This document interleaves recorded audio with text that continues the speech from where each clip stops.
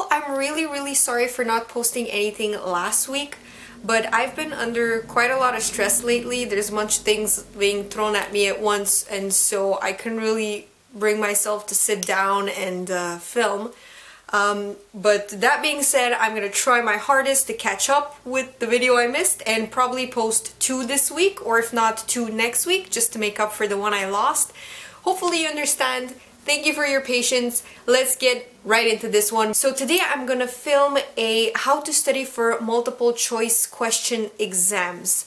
I have done a lot of these. I have done 179 multiple choice question final, which was, oh my god, hell on earth. And after 100 questions, let me just tell you, your brain just goes to and you just YOLO, right? Oh my god, I can't believe I said that. I am not hip. Not hip. So the most important thing to remember when it comes to multiple choice questions and how you have to approach it when studying is really multiple choice is all about memorization, to be honest, in my case anyway. So important names, important dates, important keywords. So it is very important that when you read the material, it's not just about understanding it, but it's also about remembering it. Not as much as if you would have to do a like open-ended question, then you really have to like put it in your own words and like think about it and create links in your head. But for multiple choice exams, it's basically memorizing the words. And to be really honest, teachers are gonna hate me for saying this, but just if you like know the gist of the word and you can recognize it if you see it on paper, that also helps. So it's a lot of visual, it's a lot of repetition when you study, so reread your notes on and on until it goes into your head. And yeah, that's pretty much the key. Repetition and looking at a word and seeing, oh yeah, I remember that one. I don't remember exactly what, but I can kind of make the gist of it. If you're there, it means you're pretty good, but I would suggest repeating it a lot more if you're only there.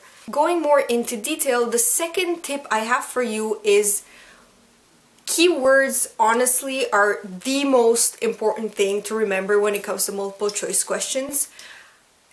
If there's a word in what you're studying that you either at first didn't understand or didn't know about it, or if like let's say you ask your mom, hey mom, what's like, I don't know, like bivariate analysis? I'm doing stats, sorry. If your mom goes like, huh? Or if your friend goes, say what now?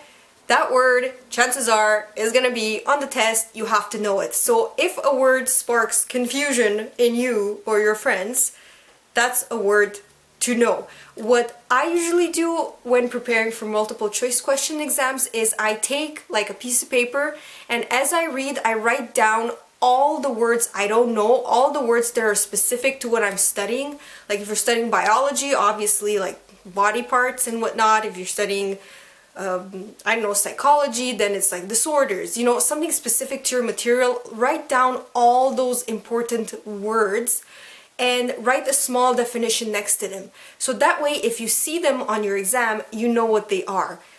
Honestly, keywords are key here. So if you want me to do a separate video on how to actually find the keywords in your text, because I think it can be quite hard for some textbooks that don't overtly tell you what words are important, I would gladly do that for you. Just leave it in the comments down below and it's on my to-do list right away. But yeah, keywords, know them. The other thing you should know for multiple choice question exams, I find, are names, dates, or important numbers, or like let's say percentages. Because on one of my exams in psychology, they asked me like, according to this study, what percentage of people said yes, and the options were 54%, 24%, 13%, or 6%, you know. If it's pretty important, if it's a number or if it's a date or a really important name, chances are you need to know it. Multiple choice questions is just basically, like I said, remembering. So what you can do is pretty similar to the keywords, is just make yourself a list of all the important people, all the important dates, and just create links. This is my next and final step. I know a lot of people, when they would use my technique, some of my friends would ask me, how do you study for like exams and stuff, and I would say I would make lists. But then what other people would do when they apply this technique is that they make, like, I don't know, a list of keywords, a list of names, a list of dates. But they forget a really important, crucial thing, that is to link them. So let's say if a name pops up, you must know what that person did. And in what that person did, probably there's a keyword in there. So you have to create links between your key terms. Because on multiple choice question exams, yes, it's pretty much just like remembering and memory. And I know it might sound like it's not fair, but that's how they trick you. Yes, it's memorization, but then they ask you to analyze which one fits best, or which word is linked with which word. This is why I think a lot of questions on such exams can be difficult, because a lot of people just study and repeat. They know the words, they know bits here and there, they know everything, but they forget to link everything together. So definitely, when you study for multiple choice question exams, don't forget to make the material fit in your mind. And the best example I have for you is, I was studying a class called it was kind of like the history of psychology, so modern psychology from a historical perspective. I totally butchered that name, I am sorry. Wow, my accent is like that today. Never mind.